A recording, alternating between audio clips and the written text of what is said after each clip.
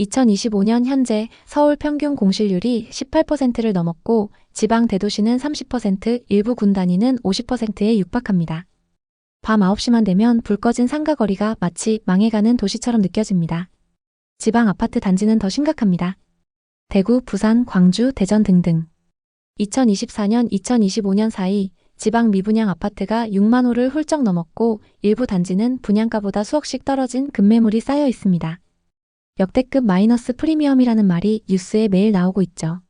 경매에 넘어가도 유찰되고 또 유찰되고 결국 건설사, 시행사, 은행까지 줄도산 위기로 이어지고 있습니다. 그리고 지금 이 순간도 수백만 가구가 이자 폭탄을 맞고 있습니다. 2020년 2%대였던 변동금리가 2025년 하반기엔 6%까지 치솟았습니다. 월 이자 80만 원 내던 집이 어느 날 갑자기 180만 원, 200만 원이 됐습니다. 한 달 수입의 절반 이상이 이자로 나가면서 생활에 쪼들리는 가구가 속출하고 있어요. 결국 버티지 못하고 집을 내놓는데 집값은 계속 떨어지니까 평생 모은 돈을 날리는 꼴이 됩니다. 이게 지금 2025년 대한민국에서 벌어지고 있는 현실입니다. 여기에 원화 가치가 계속 폭락하고 있습니다. 물가가 이런 식으로 계속 치솟으면 공실이 전국으로 번지고 많은 사람들을 무너뜨릴 수 있습니다. 또 경제 불안 신호들이 곳곳에서 감지됩니다. 우선 올해 성장률을 1% 수준으로 전망하고 있습니다. 제조강국이라는 타이틀을 갖고 있지만 경제 전반이 흔들리고 있으며 원달러 환율이 계속 치솟으면서 원화 가치가 계속 하락하고 있습니다. 그런데 진짜 심각한 문제는 국내에 있습니다. 부동산 대출 부실입니다. 건설사들이 개발을 위해 빌린 돈이 제대로 회수되지 않으면서 저축은행을 시작으로 은행 전체가 흔들릴 수 있는 상황입니다. 전문가들은 부실 규모가 수십조 원에 이를 수 있다고 경고합니다. 가계부채도 여전히 시한폭탄 같습니다. 약 1,800조에 달하는 가계부채, GDP 대비 비율은 세계 최고 수준입니다. 지난 몇 년간 급격한 금리 인상으로 변동금리 대출을 받은 사람들은 이자가 2배 가까이 뛰는 어려움을 겪었습니다. 집값은 떨어지는데 이자는 치솟으니 버티지 못하고 집을 내놓는 사람들이 급증하고 있습니다. 이 부정적인 현상이 지속되면 부동산 시장 전체가 무너질 수 있습니다. 요즘 불 꺼진 채 텅 빈 건물들이 수없이 많습니다. 지방 작은 도시의 얘기가 아닙니다. 바로 서울 도심에서 불과 30분 안팎 수십만 명이 꿈꿨던 황금 입지 신도시의 현실입니다. 지금 그곳에서는 수억 원을 깎아도 팔리지 않아 절망하는 은퇴자의 한숨과 5억 원의 대출 이자를 감당 못해 큰 손실을 안고 모든 걸 경매로 넘긴 30대 청년의 절규가 들립니다. 그리고 자금 압박의 스트레스로 완치됐던 병이 재발한 사람도 있습니다. 이곳은 누군가의 꿈이 무너진 거대한 빚의 무덤이 되고 있습니다. 한때 자족도시라는 화려한 이름으로 불렸던 신도시들은 어쩌다 공실지옥 유령도시가 되어버린 걸까요? 오늘 저희는 이 거대한 비극의 실체를 하나하나 파헤쳐 보겠습니다. 자, 오늘 저희가 첫 번째로 살펴볼 곳은 경기도 평택시의 고덕신도시입니다. SRT와 수도권 전철이 지나는 지제역이 있고 고덕 IC를 타면 곧바로 수도권 곳곳으로 연결됩니다. 인근엔 삼성전자 평택 캠퍼스까지 자리 잡고 있죠. 덕분에 아파트 같은 주거시설도 많이 들어섰습니다. 전용 84 타입 아파트 가격이 8, 9억 심지어 10억까지 올랐었죠. 하지만 요즘 이곳의 상황은 180도 달랐습니다. 아파트 가격도 많이 하락했지만 업무 기능이나 상권은 사실상 죽었다고 표현하는 게 맞을 것 같습니다. 특히 지식산업센터, 겉은 그럴듯하지만 막상 안으로 들어서면 수많은 기업 대신 공실만 가득합니다. 제가 직접 확인해 봤는데요. 한 지식산업센터는 연면적이 약 4만 5천 제곱미터입니다. 이 초대형 건물이 그냥 통째로 비어가고 있는 겁니다. 이게 고덕신도시만의 문제일까요? 절대 아니죠. 경기도 전역으로 보면 지식산업센터 수만 호실 중에 절반 가까이가 공실이라는 충격적인 분석까지 나옵니다. 어떤 지식산업센터는 1층에 있는 상가 자리들이 말도 안 되는 가격까지 내려왔습니다. 최초 감정가가 16억이었는데 계속 유찰되면서 무려 3억까지 떨어졌죠. 그런데도 관심 갖는 사람이 아무도 없습니다. 자, 이번엔 또 다른 신도시인 남양주 다산입니다. 8호선이 연장돼서 잠실까지 20분대 주파가 가능해졌죠. 다산 신도시에 있는 아울렛은 주말에 그야말로 난리가 아닙니다. 황금 입지라는 말이 딱 어울리죠. 그런데 이 아울렛에서 딱 길 하나만 건너면 완전히 다른 풍경이 펼쳐집니다. 연면적 10만 평. 엄청난 규모의 지식산업센터입니다. 원래 계획은 이 건물 안을 트램이 다니면서 사람들을 실어 나르는 거였습니다. 하지만 유동 인구가 너무 없어서 트램은 운행도 거의 못 해보고 먼지만 쌓여가고 있습니다. 상가는 더 심각합니다. 걸어도 걸어도 끝이 안 보이는 1층 상가들 대부분이 텅 비어 있어요.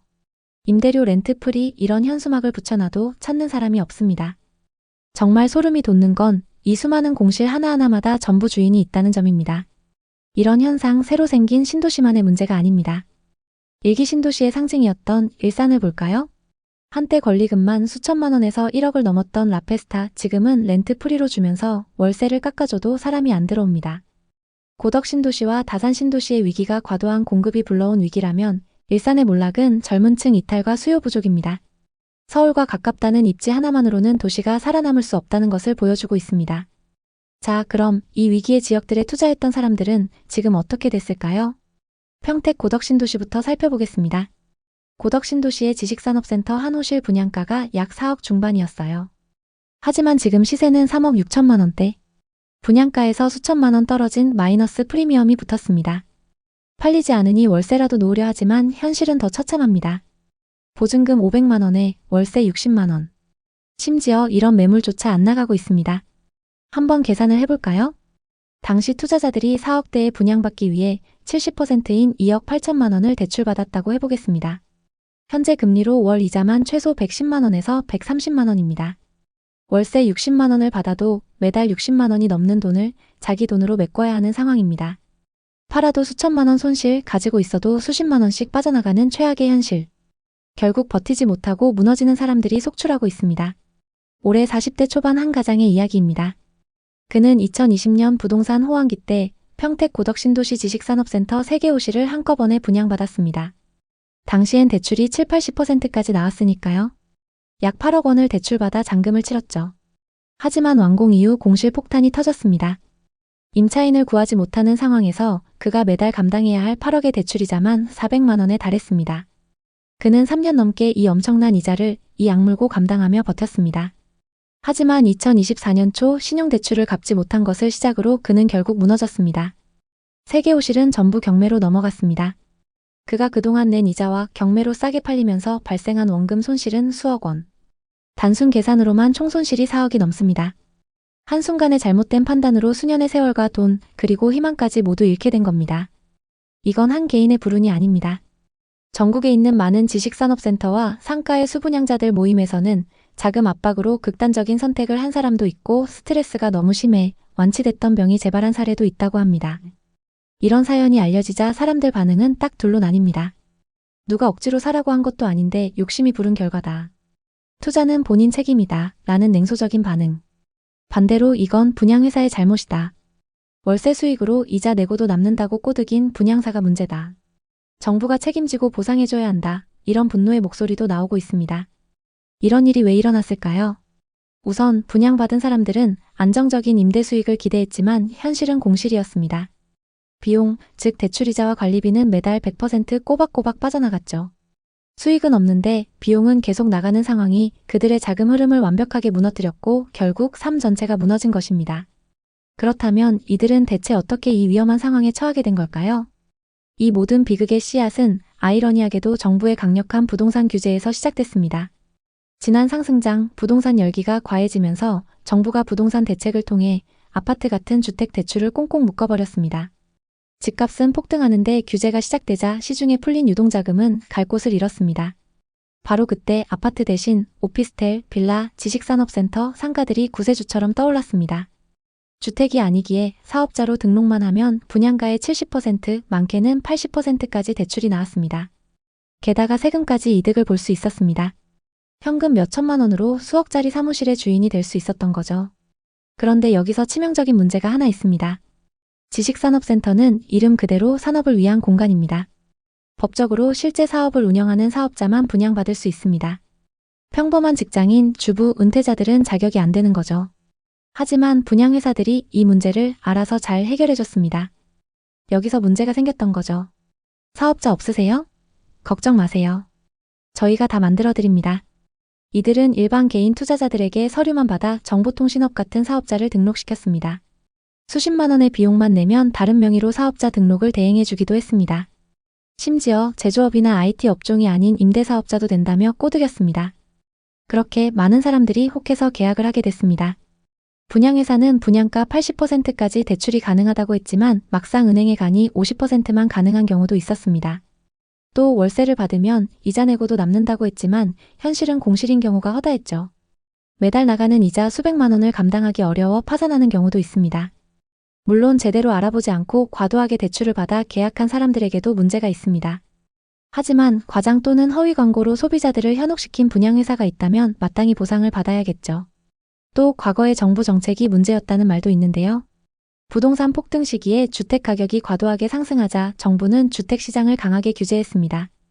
상대적으로 지식산업센터의 대출이 쉬워졌고 세금과 다른 규제에서도 자유로웠죠. 이 불균형이 많은 사람들을 이끌었습니다.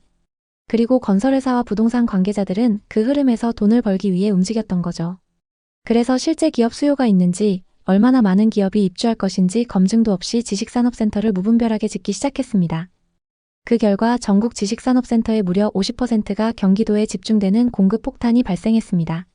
평택 고덕신도시의 경우 공실이 50%에 육박하고 남양주와 인천, 시흥 등 여러 지역에 공실이 넘쳐나고 있습니다. 어떤 건물은 법적 문제로 아예 건물 자체가 폐쇄된 곳도 있습니다. 이미 수년 전부터 일부 전문가들이 공급 과잉이다, 신규 착공을 제한해야 한다, 이렇게 계속 경고했습니다. 하지만 수익에 눈이 먼 건설회사들이 빈 땅을 그대로 방치할 리 없었죠. 그때 무리하게 뛰어든 건설회사들 중 상당수는 지금 파산 위기에 처해 있습니다. 여기서 끝이 아닙니다.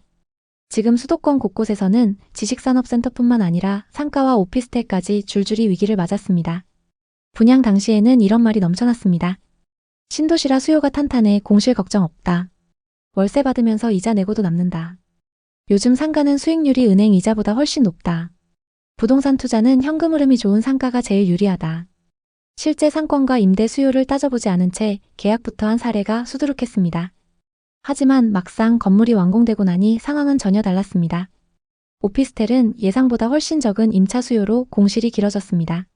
또 겨우 임차인을 구해도 월세는 분양 당시 제시됐던 수익에 한참 못 미치는 경우가 많았습니다. 상가는 더 심각합니다. 카페, 식당, 편의점, 약국, 학원 등 들어오면 무조건 장사된다고 했던 업종 상당수가 줄줄이 폐업하고 있습니다. 이 과정에서 가장 큰 타격을 받은 사람들은 대부분 소규모 자영업자이자 개인 투자자들입니다. 노후 준비를 위해 퇴직금, 전세보증금, 오랜 저축을 합쳐 상가들과 오피스텔, 지식산업센터들을 매수했는데요. 결과적으로는 대출이자와 관리비만 내는 상황에 내몰렸습니다. 최소 보장 임대를 내세웠던 일부 상품들은 약속됐던 기간이 끝나자마자 임대료가 절반 수준으로 떨어지거나 임차인이 아예 나가버렸습니다. 이렇게 오피스텔, 상가, 지식산업센터에서 동시에 공실이 늘어나면서 곳곳에 매물이 쌓이고 있습니다.